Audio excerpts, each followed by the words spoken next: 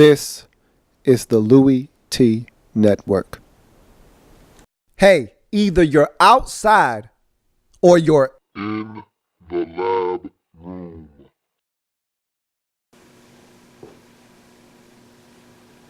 Who else could it be but me, your man, Louie T? Welcome. You are in the lab room. Of course, I am your host, Lou.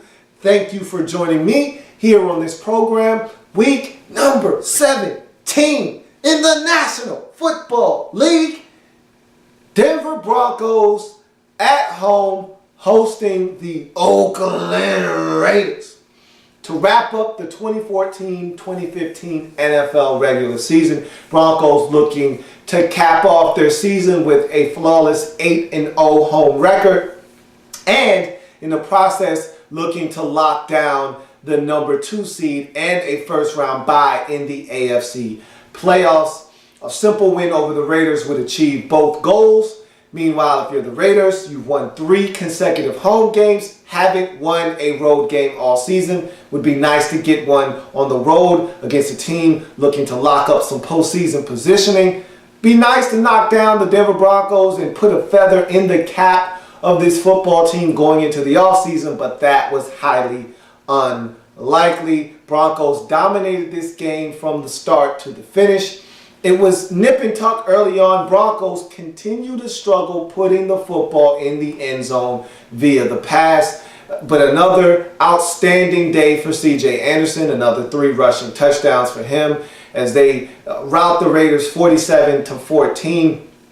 Still a little interested and somewhat fascinated by the fact that the Denver Broncos aren't having the success you're looking for in the red zone. A couple more chip shot field goals that were forced because they could not get in the end zone via the air. Again, a lot of success that they have getting in the end zone when they get close to the end zone is on the ground with C.J. Anderson. It was good to see Ronnie Hillman get back in the fold in this game. He's going to be key for them moving forward into the postseason, as they're going to need a lot of running backs, especially if Peyton Manning continues to struggle hooking up with receivers in the red zone. It'd be nice to see Wes Welker get more involved when they get close to the end zone. Also, it would be nice to see Juice get more involved when they get into the red zone. Those are guys that are huge when you get close around the goal line. Didn't like the execution. They picked up a 4th down and that was a very questionable call. Thought it was the right call to overturn it and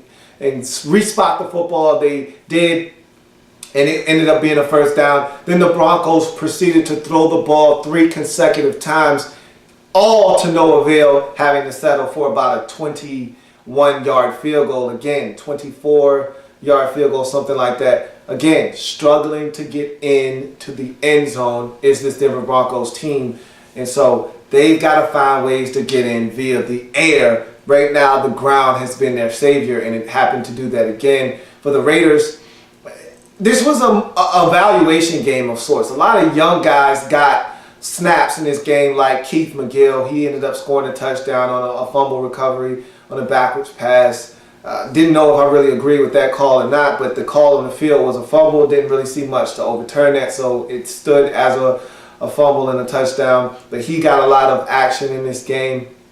You saw more of Latavius Murray. I think moving forward, he needs to be the featured back in Oakland. You saw more of Derek Carr. He took a hellacious shot on a fumble that ended up being a scoop and score for Tony Carter for the Denver Broncos late in the ball game. But he was solid. He missed on a deep ball on a flea flicker. Would have loved to have seen him hit a wide open Andre Holmes for a touchdown. That's something that he's going to have to rework. Again, in this league, you get opportunities to hit the deep ball. Guys are running wide open. You gotta hit it. You can't miss in this league. You don't get those opportunities very often. But a lot to be excited about if you're a Raiders fan. It'd be interesting to see who the next head coach is. I thought that Harbaugh coming there would have been a great get for the Raiders franchise. Now you go back to the drawing board and you see what's out there and who wants to come to Oakland. That's always the big question when the Raiders have a vacancy, is who can you get to come there that you feel good about as a Raiders fan, as an organization, as a team?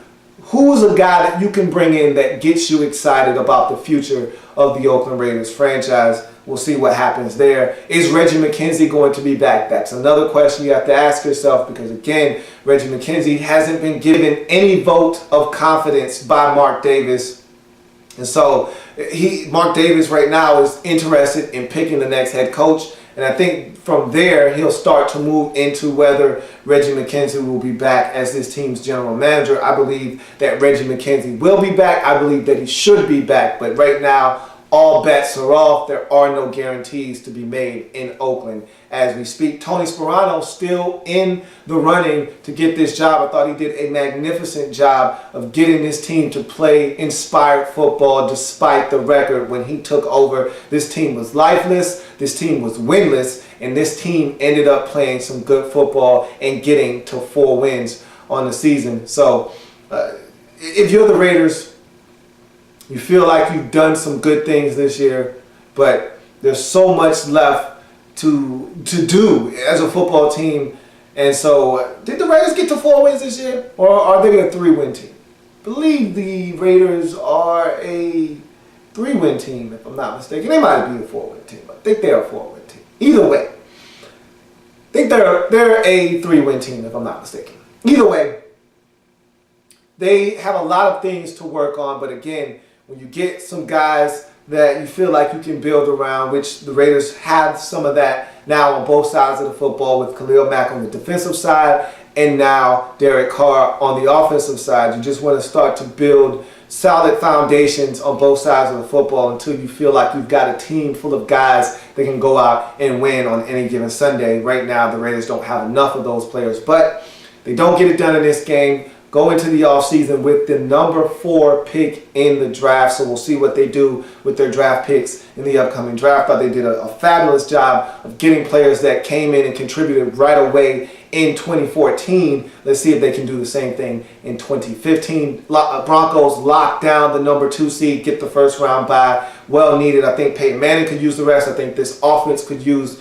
the rest. And I think they need to go back to the drawing board and retool some things offensively. I think the defense is playing good football. They're getting pressure on the quarterback. They're forcing turnovers. The run defense is coming to the table. I think they're fine. I think they put that Cincinnati game behind them. Now they're ready to play football. I expected them to come out and do this to Oakland, and they did it, so that was good to see. Now let's see how they play in the postseason, because as we all know, all roads to the Super Bowl are going to have to go through Foxborough, and most likely that's going to be our AFC championship game matchup. We'll see though. Again, got to get there first. But the Denver Broncos took a huge step towards getting there by getting that number 2 seed and locking down that first round bye. 47-14 final score. Broncos win over the Raiders. That's going to do it for Broncos Raiders. And thank you for joining me. If it happens in the National Football League, whether big or small, we cover it all here in the Lab Room. Come back and join me as I continue to break down week number 17 in the National Football League. See you in a bit. In the lab.